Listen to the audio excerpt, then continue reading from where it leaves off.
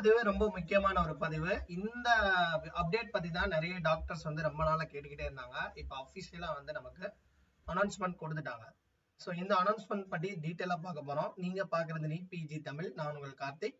உங்களுக்கு paid counselling services NEET இருந்துச்சு அப்படின்னா கீழே டிஸ்கிரிப்ஷன்ல என்னுடைய வாட்ஸ்அப் நம்பர் கொடுத்துருக்கேன். வாட்ஸ்அப்க்கு டெக்ஸ்ட் பண்ணுங்க. அதாவது என்னன்னா கட் ஆஃப் பர்சன்டைல், அதாவது வந்து நீட் பிஜி உடைய பர்சன்டைல் வந்து ரிவைஸ் பண்ணிருக்காங்க. ஆல்ரெடி வந்து ஒவ்வொரு ஸ்டேட் கவுன்சிலிங் 2 ரவுண்ட் வந்து கம்ப்ளீட் பண்ணிட்டாங்க. ஆல் இந்தியா 2 ரவுண்ட் கம்ப்ளீட் ஆகி 3rd ரவுண்ட் வந்து பாத்தீங்கன்னா ஸ்டார்ட் பண்ற அந்த கேப்ல வந்து ரொம்ப நாளா வந்து நிப்பாட்டி வச்சிருக்காங்க. ஏன்னா ரெஜிஸ்ட்ரேஷன் ஸ்டார்ட் பண்ணிட்டு சாய்ஸ் ஃபில்லிங் இன்னும் ஸ்டார்ட் பண்ணல. எம்சிசி பாத்தீங்கன்னா ரவுண்ட் 1 ரவுண்ட் 2 சீட்டை வந்து ரிசைன் பண்றதுக்கான டேட் வந்து ஜனவரி 8 வரையும் கொடுத்துருக்காங்க. ஸோ இப்ப நமக்கு எம்சிசி வந்து அப்டேட் என்ன கொடுத்துருக்காங்கன்னா என்எம்சி ரூல்ஸ் படி இப்ப நீட் பிஜியோட கவுன்சிலிங் வந்து எலிஜிபிலிட்டியை வந்து கம்மி பண்ணிருக்காங்க. அந்த பர்சன்டைல் என்ன கொடுத்துருக்காங்க அப்படின்னா ஜெனரல் கேட்டகரி இவிஎஸ் 15%, அதாவது 15% அண்ட் அதற்கு மேல இருந்தா தாராளமா ஃபர்தர் ஆன் கவுன்சிலிங் எலிஜிபிள். அதாவது ஜெனரல் அண்ட் இவிஎஸ்க்கு மினிமம் 15% இருந்து அதுக்கு மேல இருக்கிறவங்க தாராளமா அப்பியர் ஆகலாம் நெக்ஸ்ட் ரவுண்ட் ஃபர்தர் நடக்கக்கூடிய அது ஸ்டேட்டா இருக்கட்டும் எம்சிசியா இருக்கட்டும்.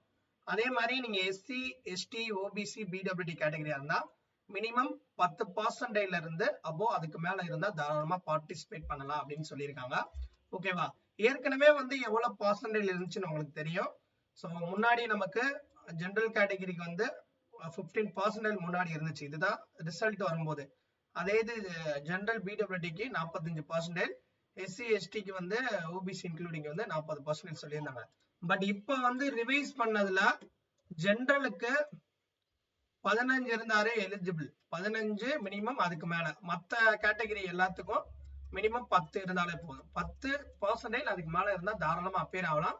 ஸோ 3rd ரவுண்டோடைய அந்த பர்சன்டைல் ரிவைஸ் ஆனதுக்கு அப்புறம் எப்படி ரெஜிஸ்டர் பண்ணணும், அதுக்கப்புறம் ஸ்டேட் கவுன்சிலிங் எப்ப நடக்கும், அவங்களுக்கு எப்ப அப்ளிகேஷன் ஓபன் பண்ணுவாங்க, எல்லா அப்டேட்டும் அடுத்தடுத்த ஃபர்தர் வீடியோல அப்டேட் பண்ணுவோம். உங்களுக்கு பெய்ட் கவுன்சிலிங் சர்வீசஸ் வேணும் அப்படின்னா கீழே டிஸ்கிரிப்ஷன்ல வாட்ஸ்அப் கொடுத்துருக்கேன். டெக்ஸ்ட் பண்ணுங்க. தேங்க்ஸ் ஃபார் வாட்சிங்.